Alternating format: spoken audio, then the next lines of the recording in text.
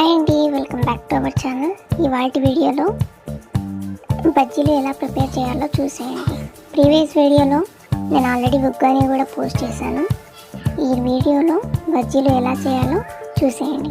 ముందుగా అయితే నేను ఇక్కడ శనగపిండి తీసుకున్నాను. అందులో కొంచెం బియ్యం పిండి కూడా వేస్తే ఇంకా బాగుంటుంది. అలాగే తగినంత ఉప్పు, కొంచెం సోడా పొడి వేసి ఉండలు లేకుండా కొన్ని వాటర్ వేస్తూ ఇలా నీట్గా కలుపుకోవాలి. పిండి కన్సిస్టెన్సీ అయితే ఇలా కొన్ని వాటర్ వేసుకుంటూ వీడియోలో చూపించినంత విధంగా నీట్గా కలుపుకోవాలి. తర్వాత జీలకర్ర కూడా వేసి ఒక 5 minutes పక్కన పెట్టుకోవాలి.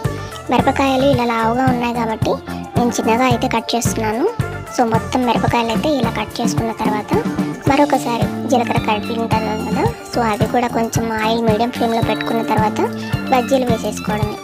ఉగ్గాని వీడియో కూడా నేను కింద డిస్క్రిప్షన్లో ఇస్తాను, తప్పకుండా వాచ్ చేయండి. తర్వాత ఇలా బజ్జీలు కొంచెం గోల్డెన్ కలర్ వచ్చే వరకు వేయించుకోవడమే.